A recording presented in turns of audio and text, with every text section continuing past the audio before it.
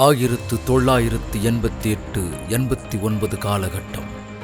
புலம்பெயர்ந்து சுவிஸ் மற்றும் ஐரோப்பிய தேசத்திற்கு வந்த 90% தமிழர்கள் கிறிஸ்துவை அறியாதவர்களாகவே இருந்தனர்.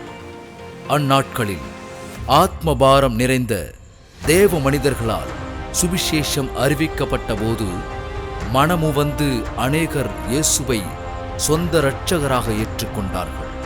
தாங்கள் பெற்ற இரட்சிப்பின் அனுபவத்தை மற்றவர்களுக்கும் அறிவிக்க வேண்டும் என்று வாஞ்சையோடு துண்டு பிரசுரங்கள் கொடுத்தும் ஜபக்கூட்டம், சுவிசேஷ கூட்டங்கள் நடத்துவது என்று எடுத்த தொடர் முயற்சிகளால் 1989 ஆண்டு முதல் பல சபைகள் தொடங்கப்பட்டு ஆத்மாக்களால் சபை நிரம்பத் தொடங்கியது. இதை ஐரோப்பிய திருச்சபை வரலாற்றில் பொன்னான காலம் என்றே சொல்லலாம். ஆனால் அதற்கு பிறகான நாட்கள் அப்படியானதாக இருக்கவில்லை. சபைக்குள் காணப்பட்ட சில வேறுபாடுகள், ஆராதனை மற்றும் போதனை வித்தியாசங்கள் போன்றவை கிறிஸ்துவின் சரீரமான சபைகள் ஒன்றிணைந்து செயல்படுவதை பெரும் பாதிப்புக்கு உள்ளாக்கியது. கிறிஸ்துவை அறியாதவர்களுக்கும் புதிதாக கிறிஸ்துவை ஏற்றுக்கொண்டவர்களுக்கும் இத்தகைய நிகழ்வுகள் பல கேள்விகளை எழுப்பின. சிலர் பின்வாங்கவும் செய்தார்கள். மேலும் அந்நாட்களில் நடைபெற்ற சுவிசேஷ மற்றும் ஜபக்கூட்டங்கள் எல்லாம் பெரியவர்களுக்காக மாத்திரமே நடைபெற்றதே தவிர வாலிபர்களுக்காக கூட்டங்கள் நடைபெறவில்லை என்பதும், மாறிவரும் சூழ்நிலைகளுக்கேற்ப அவர்களை கிறிஸ்துவுக்குள் வழிநடத்த எந்த அமைப்பும் ஜப குழுக்களும் இல்லை என்பதும் வாலிபர்கள் ரட்சிக்கப்படுவதற்கும் கிறிஸ்துவுக்காய் எழும்புவதற்கும் பெரிய சவாலாகவே இருந்தது. நெகேமியா 2:17 சொல்லப்பட்டது போல, எருசலேமின் அலங்கம் இடிக்கப்பட்ட போது நெகேமியா எப்படி துக்கித்து அழுது மறுபடியும் அலங்கத்தை கட்ட ஜனங்கள் ஒன்றிணைய வேண்டும் என்று தாகத்தை கொண்டிருந்தாரோ, அதே தாகத்தை சகோதரர் ஜோயும் கொண்டிருந்தார். கிறிஸ்துவின் மணவாட்டியாகிய திருச்சபைகள் ஒருமனப்படும்போதுதான் தேசத்தில் எழுப்புதலையும் ஆத்ம அறுவடையும் காண முடியும் என்று தேவராஜ்ய சிந்தனையோடு ஒரு சில சபை சகோதரர்களோடு இணைந்து 2005-2006 ஆண்டு வாக்கில் ஜெபிக்க ஆரம்பித்தார். ஆனால் இந்த பாரத்தை புரிந்து கொள்ளாத சிலர் பேசிய வார்த்தைகள் மிகவும் காயப்படுத்தியது. புதிய சபை ஆரம்பிக்க வேண்டும் என்ற எந்த எண்ணமும் இல்லாமல் சபைகளுக்காக ஜெபிக்கவும் வாலிபர்களை கிறிஸ்துவுக்குள் வழிநடத்த வேண்டும் என்று பாரத்தோடு நடந்த இந்த ஜபத்திற்கு விரோதமாக வந்த தடைகளும் போராட்டங்களும் மொட்டை கடிதங்களும் கொஞ்சம் நஞ்சமல்ல. 2007 வரை பல சோர்வுகள், பல உள்மன உளைச்சல்களுக்கு மத்தியிலும் நடைபெற்ற இந்த ஜபம் அடுத்த சில நாட்கள் தடைபெற்று நின்றது. ஆனால் அழைத்தவர் உண்மையுள்ளவர், விதைத்தவர் உறங்கினாலும் விதைகள் உறங்குவதில்லை என்ற வார்த்தைகளுக்கு இணங்க ஏறெடுக்கப்பட்ட ஜபங்களும் பிரயாசங்களும் வீணாய் போகவில்லை.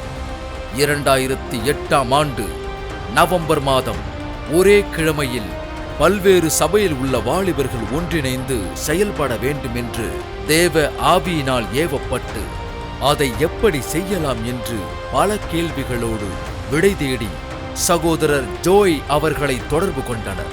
நீண்ட நாட்களாக இதற்காக ஜெபித்துக் கொண்டிருந்த ஜோய் அவர்கள் தேவ சித்தத்தை உணர்ந்தவராய் தொடர்ந்து அதை குறித்து ஜெபிக்கவும் திட்டமிடவும் நாளொன்றை குறித்து அனைவரையும் வீட்டிற்கு வரவழைத்தார். அந்த நாள் நவம்பர் 29, 2008. ஒரு மனதோடு ஜெபித்து கர்த்தரால் வழிநடத்தப்பட்டு அன்றைய தினம் துவக்கப்பட்ட அமைப்புதான் இன்று 15ஆம் ஆண்டு விழாவை கொண்டாடி கொண்டிருக்கும் நம்முடைய யுனைடெட் ஃபயர் மூலம் கர்த்தர் மகிமையான காரியங்களை செய்ய ஆரம்பித்தார். ஒவ்வொரு வருடமும் வாலிபர் முகாம்கள், ஜெப முகாம்கள், அவுட்ரீச் மினிஸ்ட்ரி, விளையாட்டு போட்டிகள் உள்ளிட்ட பல ஊழியங்கள் மூலம் அநேக வாலிபர்கள் கிறிஸ்துவின் அன்பினால் நிறையப்பட்டார்கள். ஆவியில் அனல் கொண்டார்கள். அந்நிய பாஷை வரங்களை பெற்றுக்கொண்டார்கள். ஆராதனை வீரர்களாக, ஊழியர்களாக எழும்பினார்கள். கனிகளை கர்த்தருக்கென்று கொடுக்க ஆரம்பித்தார்கள். ஆனால் வழக்கம் போல இதற்கு எதிராக எழும்பிய எல்லா எதிர்ப்புகளும், எல்லா தடைகளும் இந்த ஊழியத்தையும் வாலிபர்கள் கூட்டங்களுக்கு கூடி வருவதையும் தடுக்க முடியவில்லை. பெரியவர்களை விட வாலிபர்கள்தான் அதிகம் கலந்து கொண்டதால் யுனைடெட் ஃபயர் வாலிபர் ஊழியம் என்ற தோற்றத்தை ஏற்படுத்தி இருப்பினும், இது தொடங்கப்பட்ட தரிசனமான சபைகளின் ஐக்கியத்தையும் ஆத்மாக்களின் ஐக்கியத்தையும் மாத்திரமே முன்னிறுத்தி தொடர்ந்து செயல்பட்டு கொண்டிருக்கிறது. இதுவரை யுனைடெட் ஃபயர் மூலம் தேவன் ஏராளமான ஊழியங்கள் செய்ய கிருபை செய்திருக்கிறார். இதெல்லாம் சாத்தியமானதற்கு காரணம் ஒன்றே ஒன்றுதான், ஒரு மனம். அதுவே யுனைடெட் ஃபயரின் அஸ்திபாரம். சிறு துளி பெருவெள்ளமாய் மாறும் என்ற வார்த்தைக்கு இணங்க பல சபைகளில் இருந்து யுனைடெட் ஃபயரில் தங்களை இணைத்துக் கொண்டு தேவராஜ்யம் கட்டுவதற்கு பிரயாசம் எடுத்த கரங்கள்தான் காரணம் என்று சொன்னால் அது மிகையல்ல. யோவான் 17:21 எழுதியிருப்பது போல நாம் அனைவரும் ஒருமனமாய் செயல்படுவோம். சபைகளுக்குள், கிறிஸ்துவர்களுக்குள் ஐக்கியம் கொண்டு வருவோம். அப்பொழுது மற்றவர்கள் அறிந்து கொள்வார்கள் கிறிஸ்துதான் மெய்யான தெய்வம் என்று. தேசத்தில் பெரிய எழுப்புதலை கர்த்தர் நமது யுனைடெட் ஃபயரை கொண்டு செய்வார். Bring back unity.